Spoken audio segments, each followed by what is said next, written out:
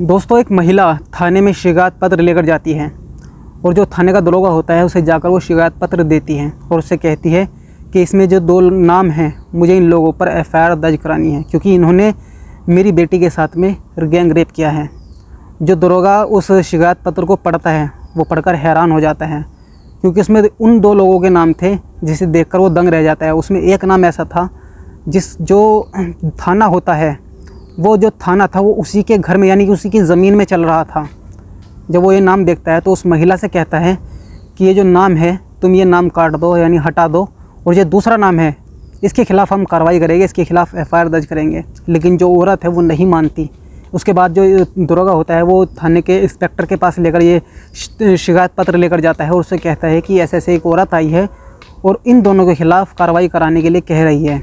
Inspector जब ये बात सुनते हैं तो वो कहते हैं कि जो उस औरत से बात करो कि उससे कहो कि ये जो दूसरा नाम है इस नाम को वो हटा दे। अगर वो मानती है तो ठीक है, नहीं तो फिर देखते हैं जो होगा उसके खिलाफ़ देखा जाएगा, जो करना होगा फिर।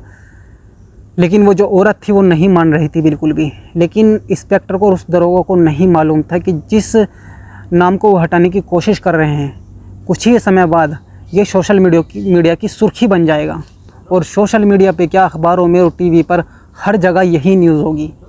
दरअसल ये मामला उत्तर प्रदेश के अयोध्या का था। ये जो औरत होती है इसकी एक बेटी थी जो करीब 12-13 साल की थी। जो इसकी लड़की होती है वो खेल कूद में लगी हुई थी। तो एक मुईद खान होता है जो कि सपा का नेता है, वो उसका जो नौकर होता है वो इस बच्ची के पास जाता है, इस लड़की के पास जाता है, उससे कहता है कि तुम्हें मालिक ने बुलाया है। जो उस मालिक की बेकरी थी उसे खाने का लालच देता है वो, और वो जो लड़की होती है वो बच्ची होती है वो खाने के लालच में उसके साथ चली जाती है। और जो बेकरी में जाने के बाद जो मुईद खान होता है वो उसके साथ में रेप करता है, और रेप करने के बाद उसका जो नौकर होता है वो भी उसके साथ में रेप करता है। और उस बच्ची को ये धमकी देते हैं कि भाई अगर तुमने ये मामला किसी को बताया, इस बारे में अगर किसी को बताया तो तुम्हें मार दिया जाएगा। उसके परिवार वालों को भी जान से मारने की धमकी दी जाती है। वो बच्ची जो होती है वो डर जाती है और डर के मारे वो किसी से कुछ नहीं कहती। और इसी का फ़ायदा उठाकर जो मुईद खान होता है वो बार बार उसके साथ में गैंग रेप करता है। लेकिन अचानक उस बच्ची की तबीयत ख़राब हो जाती है। वो जो उसकी माँ होती है उसे लेकर डॉक्टरों के पास जाती है और डॉक्टर से उसका इलाज करवाती है। डॉक्टर परेशान थे कि आखिर इस बच्ची को परेशानी क्या है। डॉक्टर उसका चेकअप करते हैं, उन्हें कोई भी बात समझ में नहीं आ रही थी। लेकिन जब चेकअप करते हैं उसका तो उनके सामने एक दिल दहला देने वाला मामला सामने आता है। जब उसे चेक करते हैं तो उसमें पता चलता है कि जो बच्ची होती है वो 2 महीने की प्रेग्नेंट है। ये बात जब डॉक्टर सुनते हैं तो वो भी हैरान हो जाते हैं। अब डॉक्टर परेशान हो जाते हैं कि ये बात जो है उसकी माँ को किस तरह से बताई जाए। अगर उसकी माँ को ये बात बताएंगे तो वो अपनी ये सदमा कैसे बर्दाश्त कर पाएगी, वो किस तरह से इस बात को सुन पाएगी। तो डॉक्टर जैसे तैसे हिम्मत करके उस महिला के पास जाते हैं और उससे कहते हैं कि जो तुम्हारी बच्ची है वो 2 महीने की प्रेग्नेंट है। औरत जब ये बात सुनती है तो वो दंग रह जाती है, उसकी रूह कांप जाती है। वो रोते बिलखते अपनी बेटी के पास जाती है और उससे प्यार से सहला के पुसला के उससे पूछती है कि बेटी मुझे बताओ तुम्हारे साथ में ये किसने किया। बेटी डरी हुई थी उसकी, लेकिन वो उसके बार बार पूछने से उसकी बेटी बताती है कि जो बेकरी है यानी कि जो मुईद खान है उसने मेरे साथ में खाने का लालच देकर गंदा काम किया है।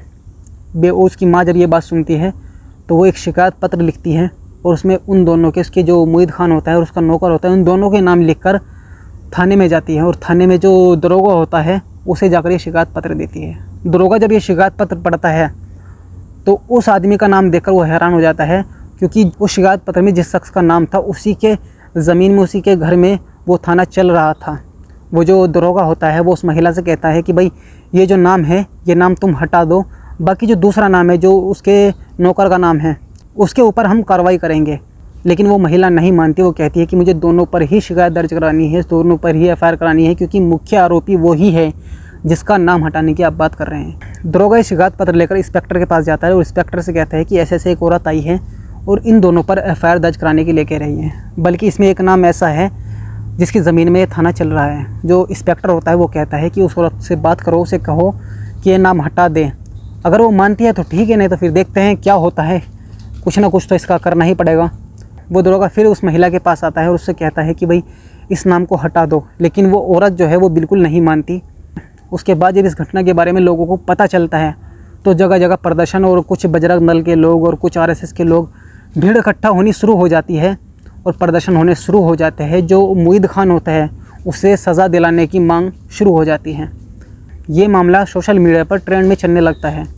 जब ये बात योगी आदित्यनाथ तक पहुंचती है और योगी आदित्यनाथ जब सीधा एक्शन लेते हैं और बुलडोज़र चलाते हैं मुईद खान के घर पर, बेकरी पर, तो उसके बाद जो इंस्पेक्टर होता है और जो दरोगा होता है उनकी भी कुर्सी को ख़तरा हो जाता है और फिर जगह जगह प्रोटेस्ट होने लगते हैं, प्रदर्शन होने लगते हैं। लेकिन उसी के चलते जो मुईद खान होता है उसके घर से एक बयान आता है जिसमें वो कहते हैं, उसके घर वाले, उसकी फैमिली वाले कहते हैं कि जो ये मामला है इसकी डीएनए टेस्ट कराया जाए। यानी जो लड़की कह रही है कि उसके साथ में रेप हो, उसके साथ में गंदा काम हुआ है, उसकी डीएनए टेस्ट कराया जाए। ऐसे ही किसी के कहने पर कार्रवाई करना ये बिल्कुल भी सही नहीं है। उसके बाद अखिलेश यादव का भी बयान आता है। वो कहते हैं कि इस घटना का डीएनए टेस्ट कराया जाए ताकि पता चल सके कि असल मुजरिम कौन है और जो भी मुजरिम हो उसे सख्त से सख्त सज़ा दी जाए। लेकिन अभी तक ये मामला पूरी तरह नहीं खुला है। अभी पूरी तरह से ये कहा नहीं जा सकता है कि जो मुईद खान है वो ही असल मुजरिम है। हो सकता है कि शायद उन्हें फंसाने की कोशिश की जा रही हो। फ़िलहाल इस मामले की जांच चल रही है और ये मामला फ़िलहाल ट्रेंडिंग में है। जगह जगह प्रोटेस्ट हो रहे हैं, प्रदर्शन हो रहे हैं। सोशल मीडिया पर भी लोगों के कमेंट आ रहे हैं, मुईद खान के ख़िलाफ़ कमेंट आ रहे हैं। उसके घर वालों को भी काफ़ी परेशानी हो रही है। उसके घर वालों का वीडियो भी वायरल हुआ है जिसमें उसकी जो बेटी होती है वो कहती है कि हमें स्कूल में जब हम जाते हैं तो हमें परेशान किया जा रहा है, हमें गलत अल्फाजों से बुलाया जा रहा है। फ़िलहाल इस मामले की जांच चल रही है, तो देखते हैं असल मुजरिम कौन निकलता है। जो ये रेप हुआ है इस बच्ची के साथ में, उसका असल मुजरिम कौन है। इस मामले का तो खुलासा तभी हो पाएगा जब जो पुलिस की टीम है इस मामले का पूरी तरह से खुलासा करेगी। फ़िलहाल जो ये मामला है वो पॉलिटिक्स में जगह बना चुका है और नेताओं के भी बयान आ रहे हैं। सब अपने अपने हिसाब से बयान दे रहे हैं, लेकिन देखते हैं इस मामले का क्या खुलासा होता है, असल मुजरिम कौन होता है। जैसे ही इस मामले का खुलासा होता है तो हम आपको उसके बारे में जानकारी ज़रूर देंगे। दोस्तों, इस घटना को सुनाने का मकसद आपको परेशान करना नहीं, ना ही आपको ठेस पहुंचाना है, बल्कि आपको जागरूक करना है। आप कभी भी अपने बच्चों को बेखौफ ऐसे ही अगर छोड़ोगे तो उनके साथ में कोई भी घटनाक्रम हो सकता है, कोई भी किसी घटना को अंजाम दे सकता है।